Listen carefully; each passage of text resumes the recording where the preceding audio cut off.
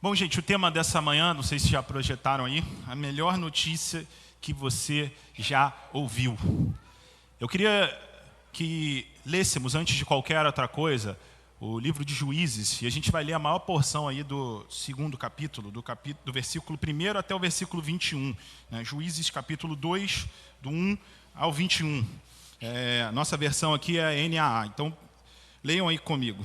Da localidade de Sitim, Josué, filho de Num, enviou secretamente 2 espias dizendo... Eu falei o quê? Falei Juízes? Me desculpa. Desculpa, confundi. Eu estou na escola dominical, uma dificuldade para não confundir Mateus com Marcos, e agora eu fiz a mesma coisa. Josué, capítulo 2, versículo 1. Tá certo? Tá.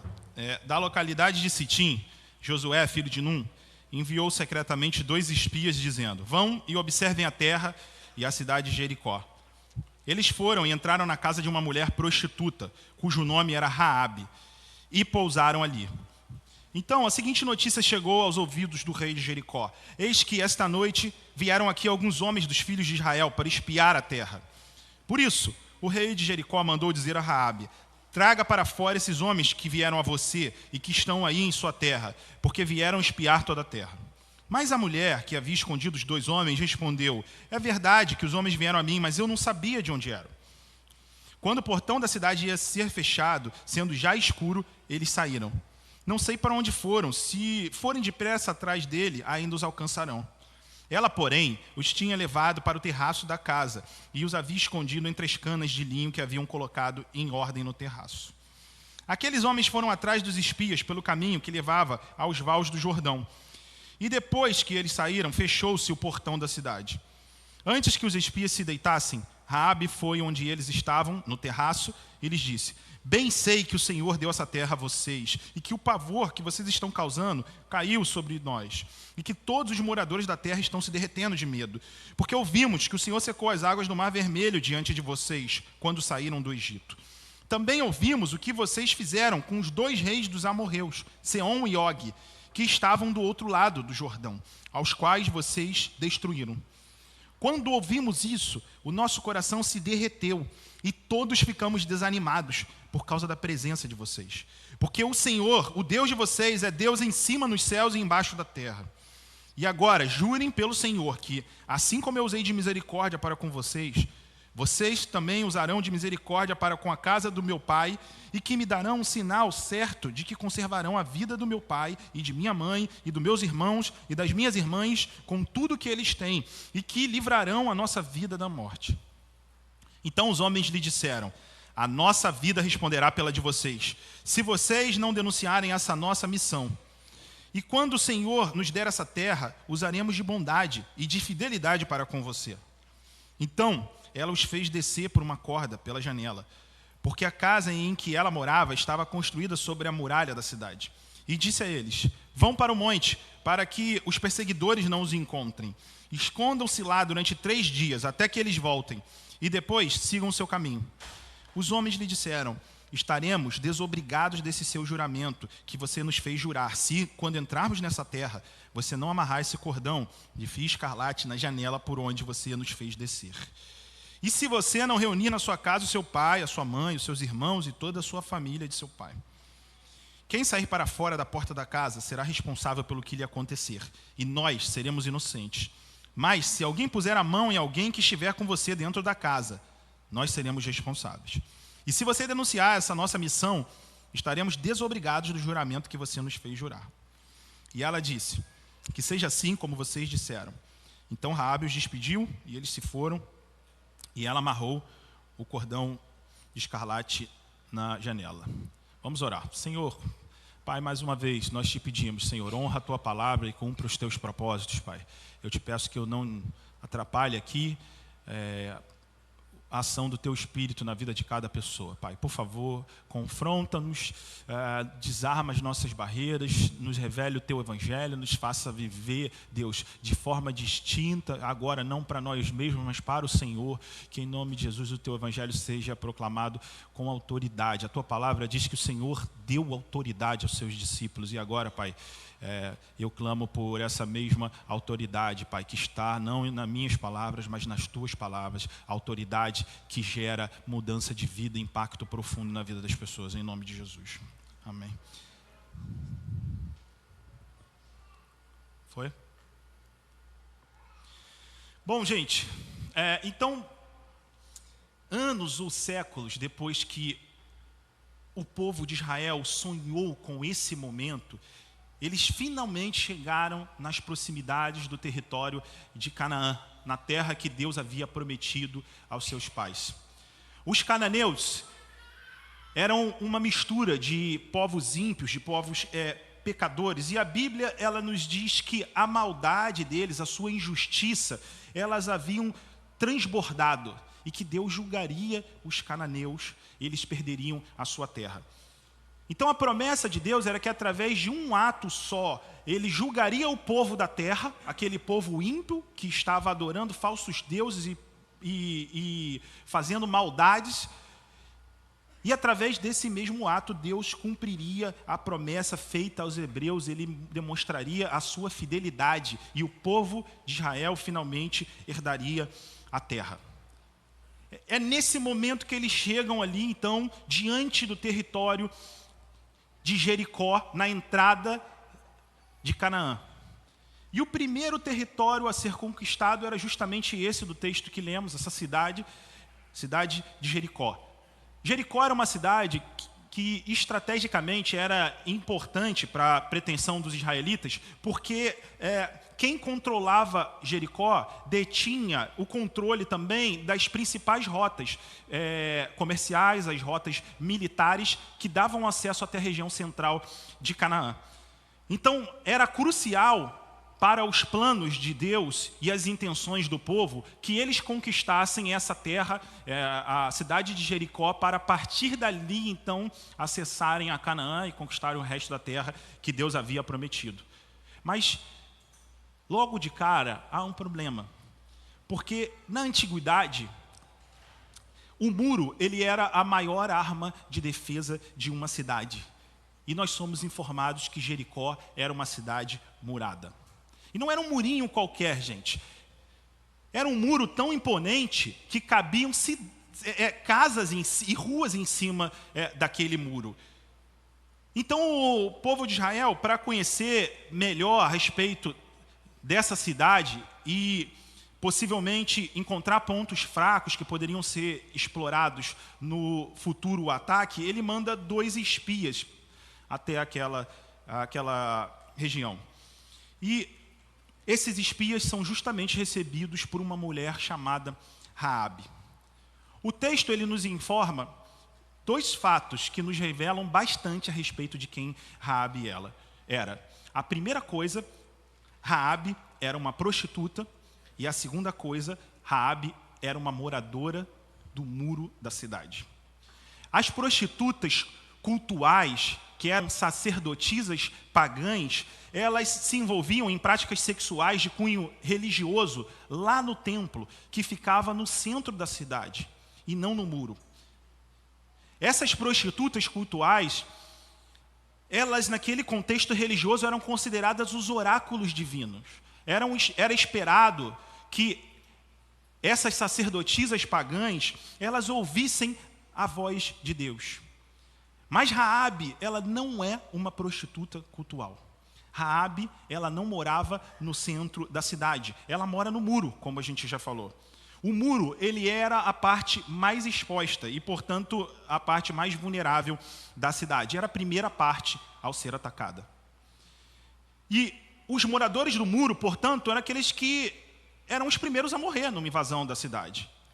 E por isso, as pessoas importantes, elas moravam no centro da cidade e o muro era lugar de gente insignificante, de gente pobre, marginalizada, de gente desprezada.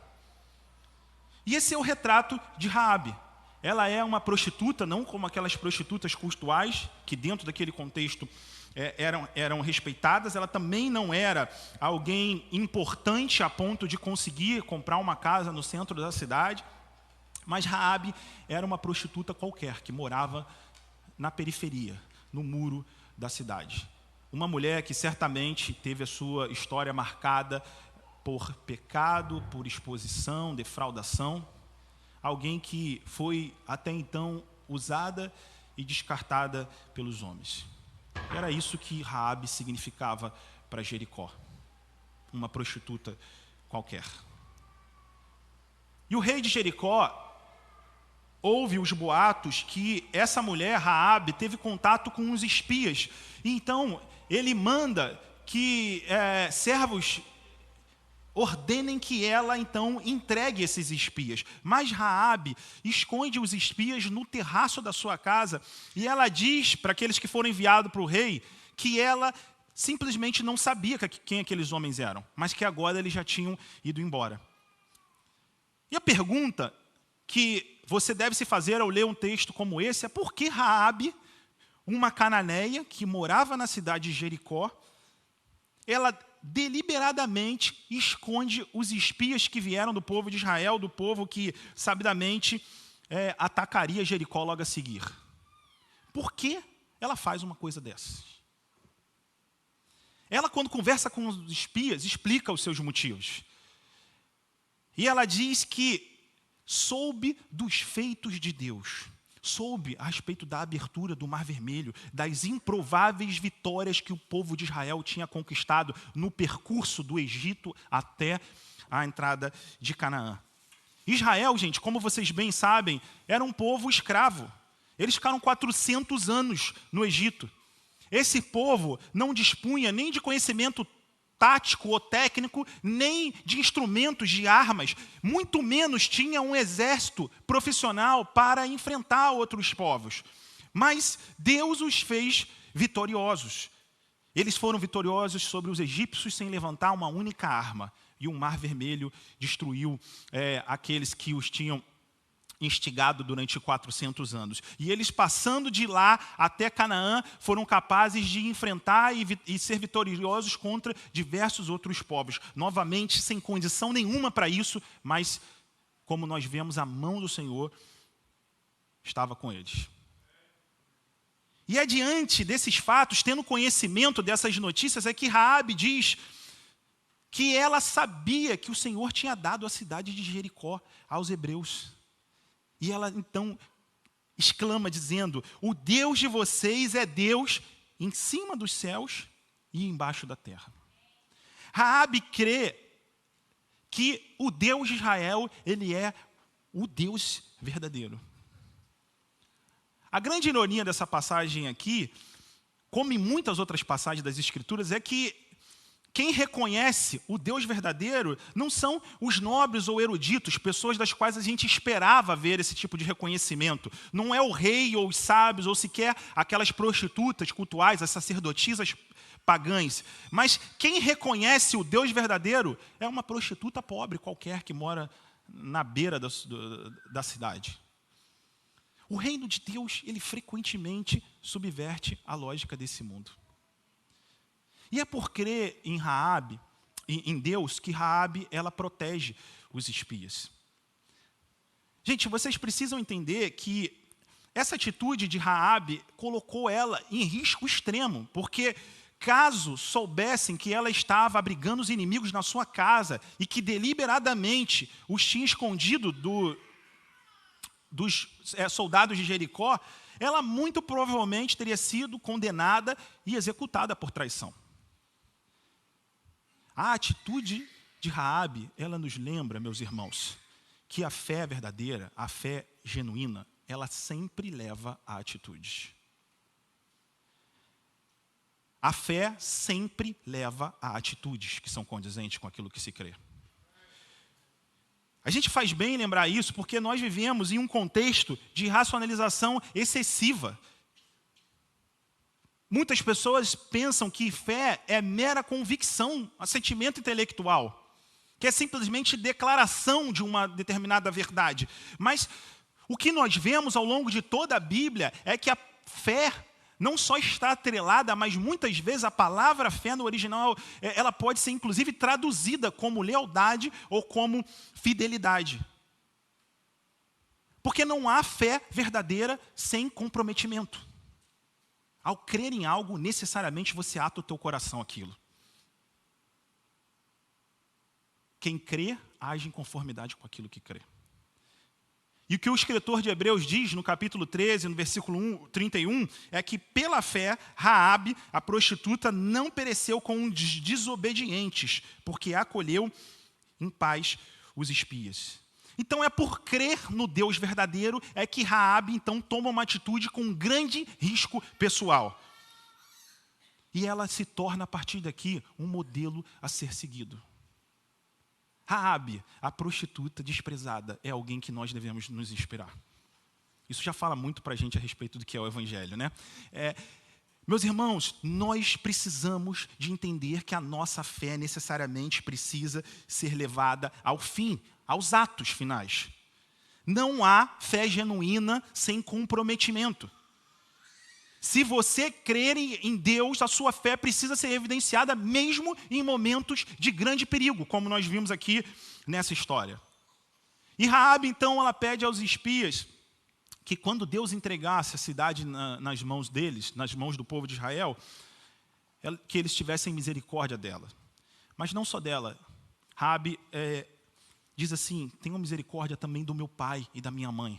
Tenham misericórdia também dos meus irmãos e das minhas irmãs. Raabe, ela se torna, por incrível que pareça, uma espécie de Abraão. Você lembra que Abraão, diante da destruição iminente de Sodoma e Gomorra, ele intercede em favor daquele povo e ora a Deus para que preservasse a cidade, caso houvesse alguns justos ali? Raabe aqui, de forma similar, ela intercede pela salvação, não só dela mesmo, mas pela salvação da sua família, do seu pai, da sua mãe, dos seus irmãos, das suas irmãs. Não que eles fossem propriamente justos, ela sabia que não eram justos, mas ela clama por misericórdia. De igual modo, meus irmãos, eu e você, nós que fazemos parte de uma família, sendo pai ou mãe, filhos, irmãos, ou o que quer que seja, nós somos convidados. A gente deve interceder também e agir para o bem da nossa família. Essa é uma responsabilidade que nos foi dada. Nós que conhecemos a verdade de Deus, que professamos uma fé que tem um embasamento, um fundamento teológico muito mais profundo do que a de Raabe, que simplesmente tinha ouvido falar dos feitos de Deus, nós que conhecemos o Deus verdadeiro e a revelação desse Deus através de Jesus, que fazemos parte da igreja, nós precisamos testificar para a nossa família a respeito da salvação que Deus operou em nossa vida. E a gente não deve fazer isso somente se algum membro da sua família não conhece Jesus. Mas mesmo num lar cristão, nós precisamos de ser testemunhas contínuas daquilo que Deus faz na vida de uma pessoa. Raabe é muito interessante porque a história dela é mudada às avessas em um segundo. É de um momento para o outro que ela se torna de um símbolo de fracasso e de pecado para um modelo que nós devemos seguir. Porque ela toma uma atitude em prol não só de si mesma, mas também da sua família. Ela intercede pela sua família. Nós, como cristãos, precisamos de dobrar os nossos joelhos para interceder pela nossa família. Eu me lembrei essa semana de Jó, que oferecia sacrifício pelos seus filhos, e ele sacrificava a Deus e pedia perdão pelos seus filhos, mesmo sem saber que eles tinham feito algo de errado. Ele pensava, vai porventura que meus filhos cometeram algum erro. E por causa disso, ele sacrificava e intercedia a Deus em favor dos seus filhos. É assim que Deus deseja que a gente haja, meu irmão. Quer você seja pai ou filho, você é um representante de Deus na sua família. A você é dado o privilégio de conhecer a salvação que Jesus ofertou a nós. Mas também, como diz o Felipe, né, ele está viajando, está aqui, mas com grandes privilégios vem grandes responsabilidades. Toda vez que alguém conhece algo e crê em algo, necessariamente, como eu falei, nós nos comprometemos com aquilo que cremos. Você precisa de viver de forma condizente com aquilo que você crê. Nós precisamos de pagar um preço pela verdade. É importante que um pai de família, que uma mãe de família, ou até que filhos, que a gente dobre os nossos joelhos todos os dias e que a gente interceda pela salvação da nossa família. Eu estava orando pelos meus filhos essa semana e foi quando eu lembrei disso, né? Vai que eles cometeram algum pecado. É meu papel interceder pela salvação deles.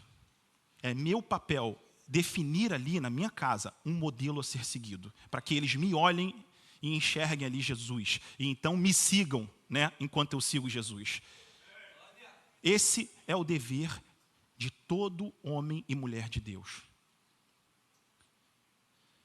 Então os espias, eles falam para Raabe, amarra um cordão, esse cordão vermelho, a palavra escarlate significa vermelho, amarra esse cordão na janela, na mesma janela que você nos fez descer da cidade, e quem estiver dentro da sua casa será poupado quando a gente atacá-la. Os espias, eles vão embora, e depois de algum tempo, o povo de Israel retorna, agora todo o povo, e eles começam então a rodear a cidade de Jericó. Nós lemos capítulos à frente que durante 6 dias eles rodam a cidade uma vez por dia. E no 7º dia, o povo de Israel, ele roda a cidade 7 vezes, e na 7ª vez eles tocam a trombeta. Uma trombeta, a palavra no original que era utilizada aqui, que foi utilizada aqui, ela só foi usada em uma outra passagem do Antigo Testamento, que foi no capítulo 25 de Levítico, no episódio, no contexto do ano do jubileu, na proclamação do dia da liberdade. O ano do jubileu, ele acontecia a cada 7 semanas de anos. Ou seja, a cada 49 ou cada 50 anos, uma trombeta era tocada e ela daria sequência a diversos atos de liberdade. As terras eram devolvidas aos seus donos originais, as dívidas eram pagas, os escravos eles eram libertos. E agora, essa mesma trombeta é tocada aqui no 7º dia, na 7ª volta à cidade. Há algo implícito que a narrativa precisa nos informar, que é justamente a conexão dessa história com o jubileu, que acontecia a cada 7 semanas de anos, com o que eles estão fazendo agora, rodeando as 7 vezes a cidade no 7º dia. Essa trombeta que foi proclamada aqui, ela era a trombeta da liberdade de Deus. Ela era a proclamação do cumprimento das promessas de Deus. Deus que havia prometido que o povo de Israel não ficaria para sempre escravos no Egito, mas um dia eles seriam libertos. O Deus que prometeu a Abraão, dizendo que depois de 400 anos eles sairiam da terra, esse mesmo Deus cumpriria as suas promessas. O povo de Israel passa 40 anos rodeando ali pelo deserto, até que eles então chegam a justamente esse momento, a terra de Jericó. Quando aquela trombeta é proclamada, aquilo é um anúncio de que Deus vindicaria o seu povo, de que Deus ele cumpriria as suas promessas. E nós podemos ter uma convicção para a nossa vida pessoal de que Deus ele é aquele que sempre cumpre as suas promessas. Amém? Ele é fiel, ao contrário de nós. Ele sempre cumpre aquilo que ele fala. E então o povo de Israel rodeia 7 vezes a cidade, e na 7ª vez eles tocam a trombeta e de repente os muros eles começam a tremer. E depois de tremer, os muros eles começam a rachar, e depois os muros finalmente caem. E a muralha, que era intransponível para os homens, que separava o povo de Israel da terra prometida, do cumprimento da promessa de Deus, a muralha, ela não existe mais pelo poder de Deus. Amém?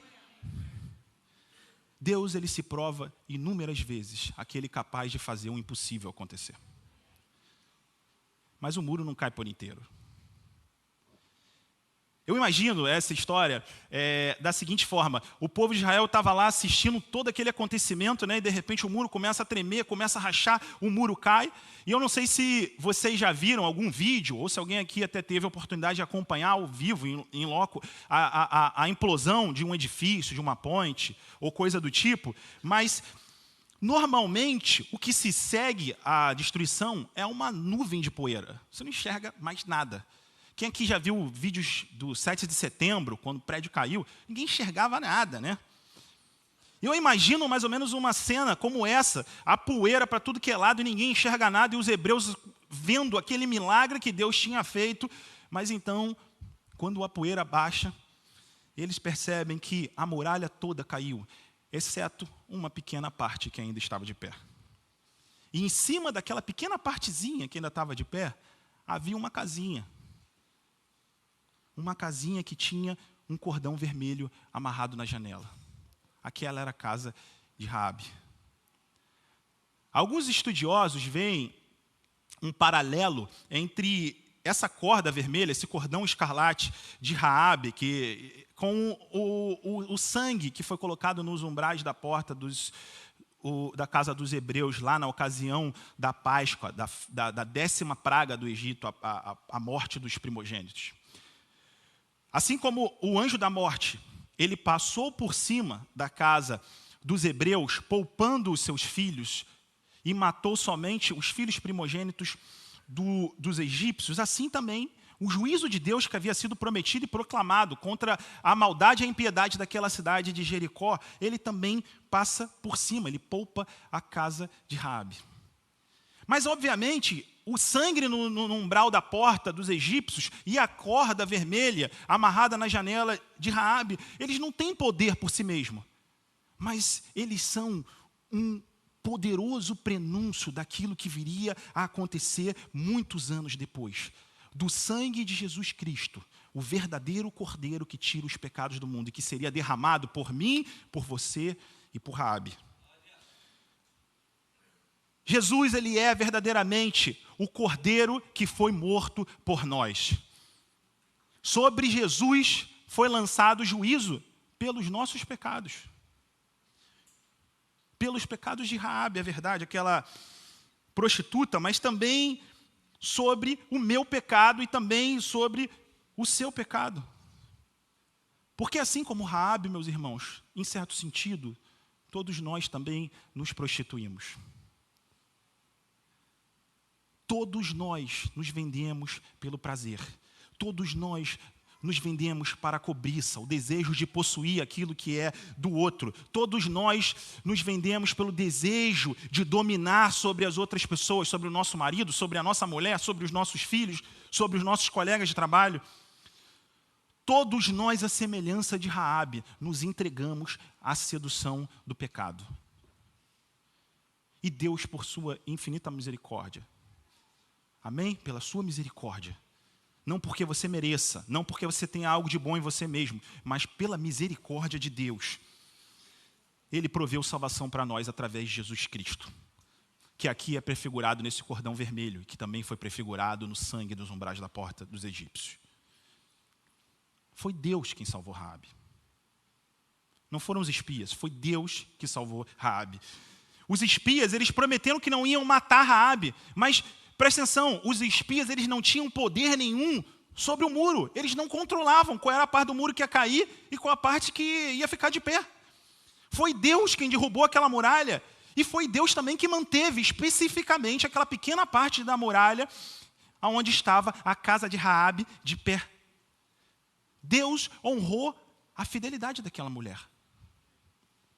Deus honrou a sua fé. E a gente pode confiar, meus irmãos, que mesmo quando parece que as coisas estão dando muito errado, Jesus não se esquece de nada. Ele continua zelando pelos seus filhos, ele honra aqueles que agem em fidelidade a ele. E dessa forma, não só Raabe, ela é poupada, mas também a sua família, o seu pai, a sua mãe, os seus irmãos, as suas irmãs. A história de Raabe, portanto, ela é muito mais do que a história da salvação de um indivíduo, mas ela é a história de salvação de uma família. E eu acredito que a gente deve se lembrar disso nesses dias atuais, porque hoje o individual ele prevalece sobre o coletivo. As coisas eram muito diferentes no tempo em que a Bíblia foi escrita, mas hoje a gente está muito mais preocupado com os nossos direitos, com os nossos privilégios. E as pessoas falam o tempo todo, eu tenho que ser feliz, eu também tenho direito, a minha mulher, o meu filho, o meu marido não pode fazer isso comigo. Eu queria lembrar vocês que nós temos um dever como uma comunidade, um dever comunal com a nossa família. Nós temos um vínculo e uma aliança que nos faz pensar, num momento como esse, de morte e destruição, pensar que nós temos o dever de salvá-los.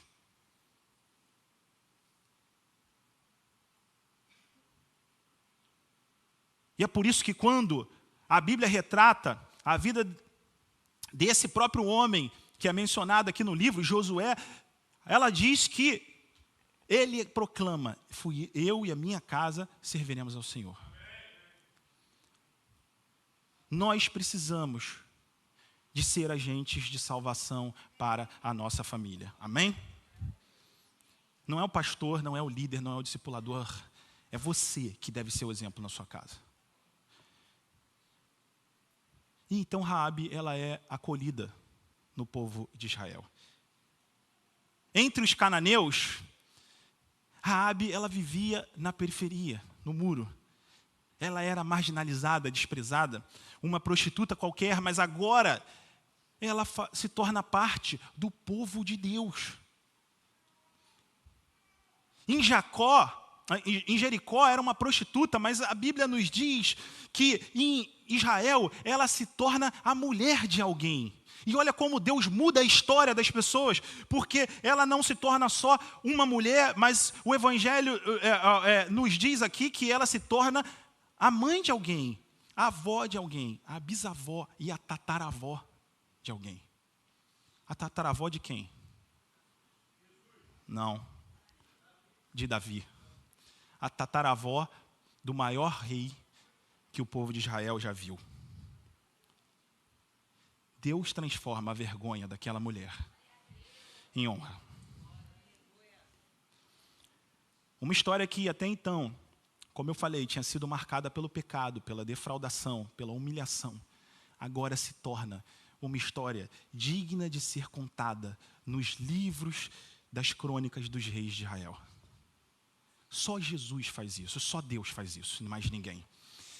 Ele redime o homem da sua cova e da sua perdição de pecado. E coloca-nos num lugar de honra. Porque Deus não trouxe a você meramente uma salvação do inferno, Deus te propiciou algo muito melhor. Você faz parte da família de Deus.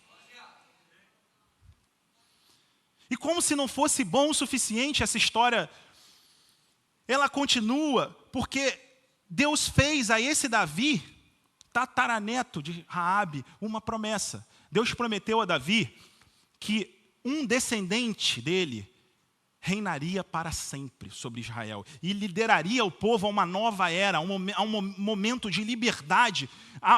As promessas que são feitas a respeito desse prometido são as promessas do cumprimento do jubileu. Ele viria trazer liberdade para os escravos, ele viria colocar o povo em uma era de prosperidade. Esse rei traria a presença de Deus de volta para o povo de Israel.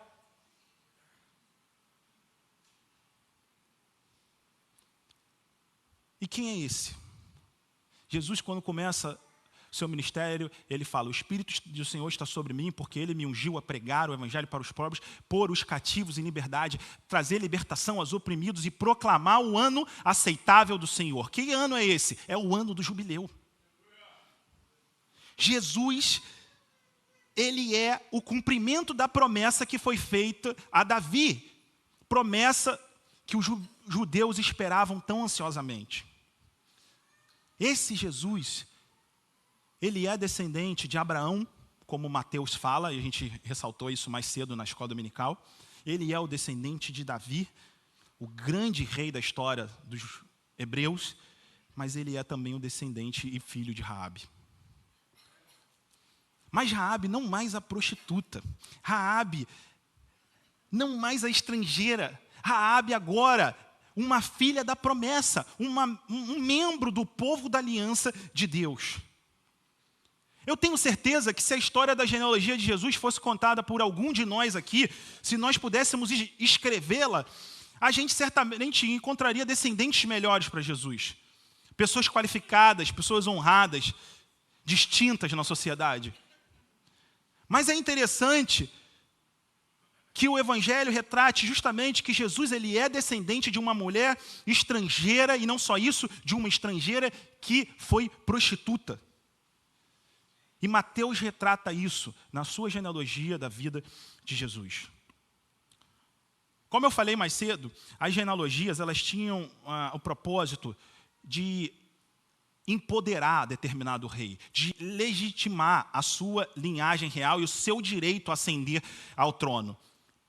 Então, quando as genealogias dos reis são escritas, elas são escritas para provar que ele tem esse direito e que, como rei, ele pode exercer a autoridade que os demais não têm.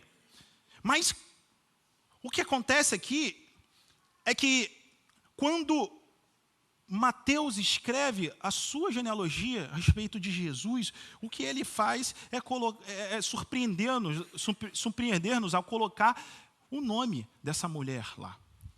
As mulheres, gente, no contexto antigo, no ambiente em que a genealogia de Mateus foi escrita, elas eram consideradas inferiores aos homens.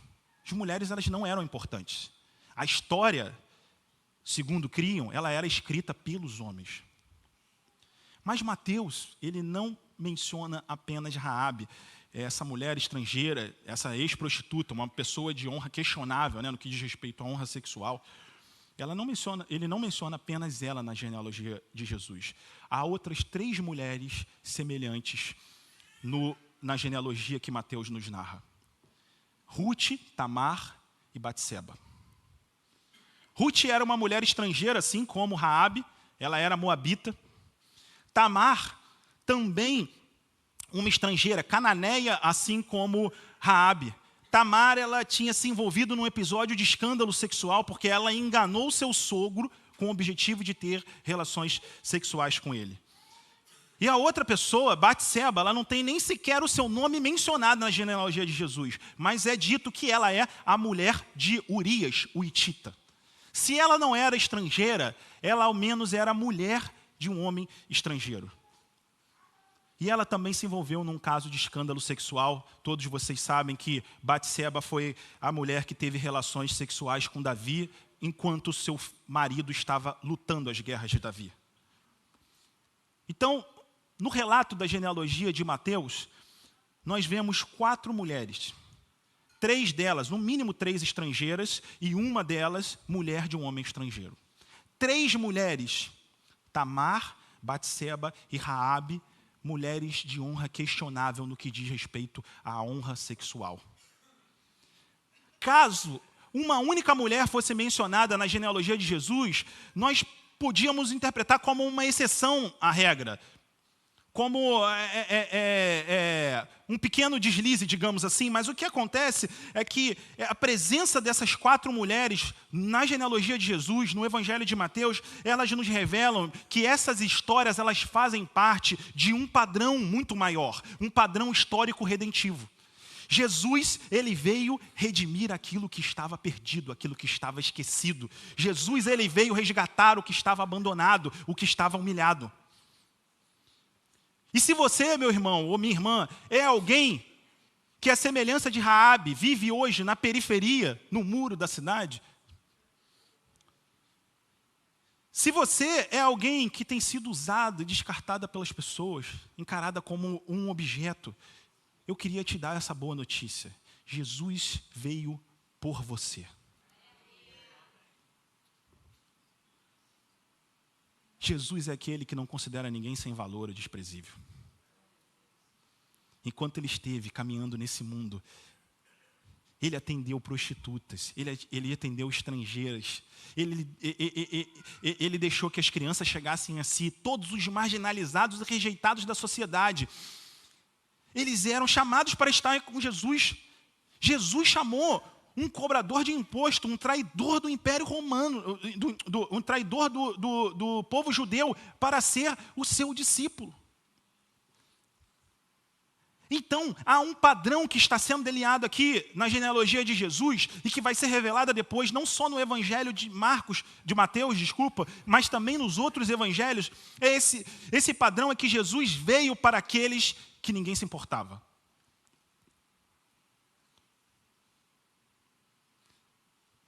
Jesus, em certo sentido, ele é um tipo de Raabe. Quem imaginaria, né, que uma mulher prostituta poderia prefigurar a vinda de Jesus? Mas Jesus, ele convida as pessoas para entrarem na sua casa. Não só gente de sangue hebreu, trazendo para o nosso contexto, não só gente de berço cristão, que tem todo um contexto aqui dentro da igreja, mas Jesus chama pessoas que não são respeitadas ou honradas socialmente.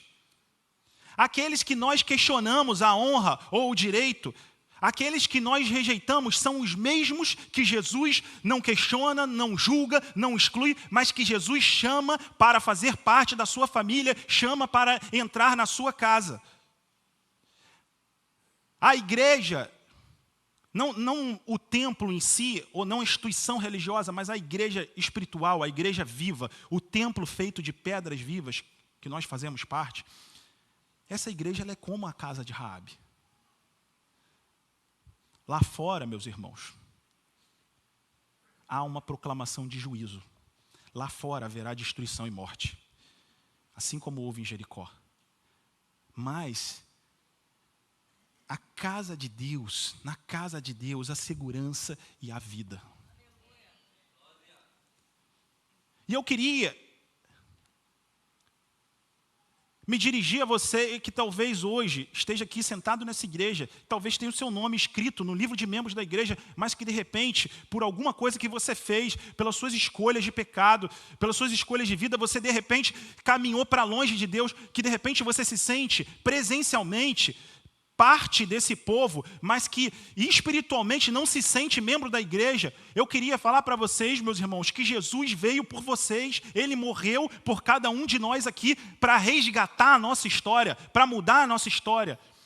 Jesus, Ele veio assim como o povo veio para salvar Raabe, Ele veio para nos salvar. Ele quer transformar a sua história de vergonha e de pecado em uma história de redenção e de salvação. O que cabe a nós, meus irmãos? Cabe a nós ir até Jesus e responder com fidelidade, assim como Raabe fez. A colocar tudo em risco pelo Evangelho de Jesus. A você foi dado algo de incomensurável valor, que torna todas as outras coisas sem valor. E a partir desse momento você é convidado, como um membro do povo da aliança de Deus, a agir de forma fiel à palavra de Deus, independente do que fizerem com você. Enquanto a gente caminha e vai sendo fiel ao Senhor, e Ele vai nos honrando, seja nesse momento, nesse tempo de hoje, no dia de amanhã, ou na glória do mundo por vir, enquanto a gente vai caminhando, nós vamos glorificando a Jesus pelo que Ele fez na nossa vida. Esse é o nosso papel. E eu queria rememorar essa história para vocês entenderem que Jesus veio nos redimir. E que o Evangelho ele não é longe de ser para aqueles que são perfeitinhos, para aqueles que são sãos. O próprio Jesus falou isso, né? Eu não vim para os sãos, mas eu vim para os doentes. Ele se retrata como um médico verdadeiro, que veio destruir a doença e não o indivíduo. Que veio tratar com o pior mal que assolava o ser humano, que é o mal do pecado, a condenação de morte que nós estávamos selados por termos desobedecido a Deus, por escolhermos definir ao nosso próprio modo o que é bem e o mal, e não seguido os princípios da palavra de Deus. Jesus veio hoje para mudar a nossa história. E nós vamos cear daqui a pouco, vamos celebrar o sangue e o corpo de Jesus. E eu queria que vocês agora participassem desse momento, não de forma triste, envergonhada, porque talvez você tenha cometido um pecado essa semana, ou porque de repente, há algum tempo atrás, você se distanciou do Evangelho. Mas eu queria, meus irmãos, que vocês entendessem que a ceia é a celebração da liberdade que Jesus nos provisionou. E se você hoje se identifica de alguma forma cativo, eu te convido a celebrar a liberdade que Deus te oferece nessa manhã. Isso é Evangelho. Essa é a melhor notícia que você ouviu. Nós não andamos aí em busca de um significado ou propósito que esse mundo possa nos dar. Nós não vivemos esperando que a boa notícia bata na nossa porta para dizer que agora alcançamos algum status social, independência financeira ou coisa do tipo. Nós já recebemos aquilo de maior valor que poderíamos ter. A salvação que nos é proposta em Jesus e uma nova vida nele. E é isso que nós celebramos aqui essa manhã. Amém?